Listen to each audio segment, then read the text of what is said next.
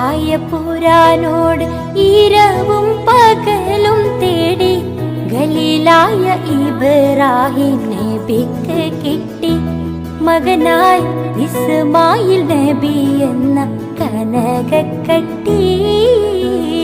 ഇലാഹായ പുരാനോട് ഇരവും പകലും തേടി ഖലീലായ ഇബ്രാഹിം നബിക്ക് കിട്ടി മകനായി